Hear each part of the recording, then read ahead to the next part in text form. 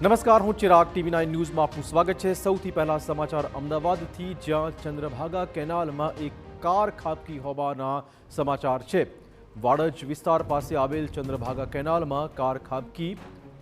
મોડી રાત્રે પૂરપાટ ઝડપે આવતી કાર સીધી કેનાલમાં ખાબકી હતી। આ બનાવમાં કાર ચાલક અને તેના મિત્રને સામાન્ય ઈજા પહોંચી છે। આ ઘટનામાં કારને ભારે નુકસાન પહોંચ્યું છે।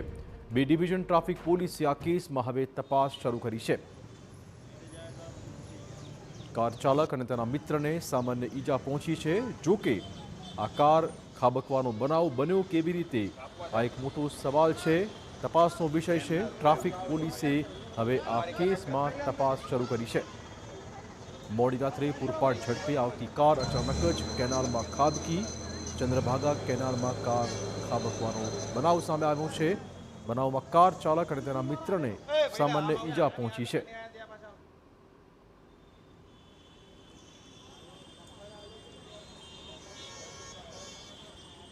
અમદાવાદના ગાંધી આશ્રમ પાસે આવેલા ચંદ્રભાગા બ્રિજ છે કે ત્યાં મોડી રાત્રે એક અકસ્માત સર્જાયો છે। હું આપને પહેલા દ્રશ્ય બતાવવા માંગીશ કે વિચિત્ર પ્રકારનો અકસ્માત છે કે જે નવી બનતી કેનાલ છે, આ કેનાલ ઉપરથી એક ગાડી આવી અને જે કેનાલમાં ખાબકી હતી। જોકે કેનાલનું કામ અધૂરું છે, રસ્તો અહીં આગળ નથી, પરંતુ આ જે કાર છે, વોલ્વો કાર છે, તે અંદાજિત મોડી રાત્રે 2:30 વાગ્યાની આસપાસ જે અહીંથી પસાર થતી હતી અને પૂરપાટ ઝડપે આવી હતી અને જે કેનાલમાં ખાબકી હતી। જોકે અહીં કાર સવાર કાર ચાલક બે મિત્રો હતા કે તેમને સામાન્ય ઈજાઓ પહોંચી છે। ખાસ કરી અને જે કાર ચાલક હતા તેમને અને તેમની બાજુમાં બેઠેલા તેમના મિત્રને સામાન્ય ઈજાઓ પહોંચી છે। જે રીતે વિશાલ શાહ અને તેમના મિત્ર મુકુંદ પટેલ કે આ કારમાં સવાર હતા, તેમને તાત્કાલિક સામાન્ય ઈજાઓ થતાં તેઓ ખાનગી હોસ્પિટલમાં દાખલ થયા હતા અને ત્યારથી તેઓ રજા લઈ નીકળી ગયા હતા। પરંતુ જે રીતના અકસ્માત બન્યો છે અને જે કેનાલનું કામ ચાલુ હતું, જો કે આગળથી પણ રસ્તા બંધ છે, આગળથી પણ જે કામ ચાલુ છે, અહીં કોઈ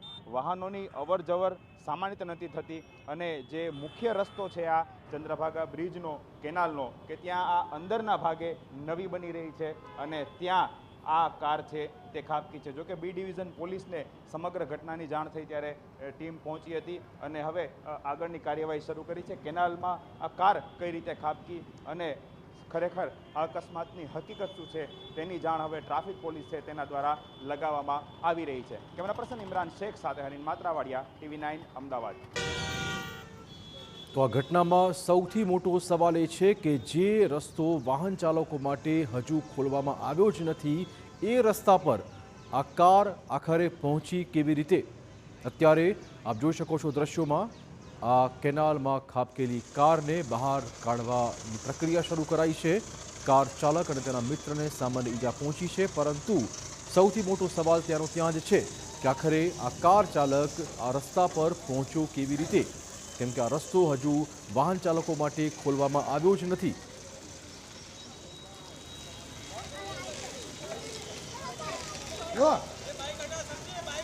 આ દુર્ઘટનામાં કાર ચાલક અને તેના મિત્રને સામાન્ય ઈજા પહોંચી હતી।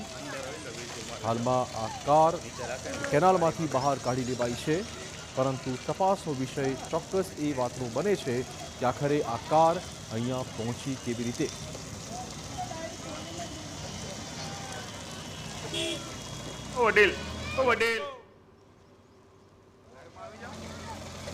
તો કારને ભારે નુકસાન પહોંચ્યું છે।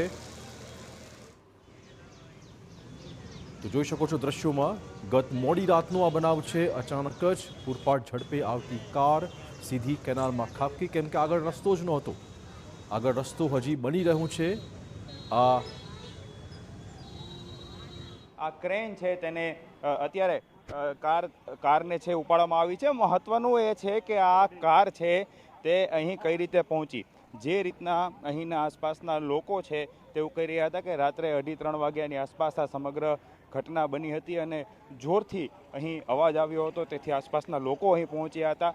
જોકે આ જે વ્યક્તિઓ છે, જે કાર સવાર હતા, તેમને કદાચ ખ્યાલ નહીં હોય કે અહીં બ્રિજ છે, જે કેનાલનું કામ છે તે હજી ચાલુ છે અને અહીં રસ્તો છે તે અધૂરો બનેલો છે, એટલે તેઓ અહીં પૂરપાટ ઝડપે આવ્યા હશે અને આગળ જે છે કેનાલ, અધૂરી કેનાલમાં તેઓ ખાબક્યા હશે।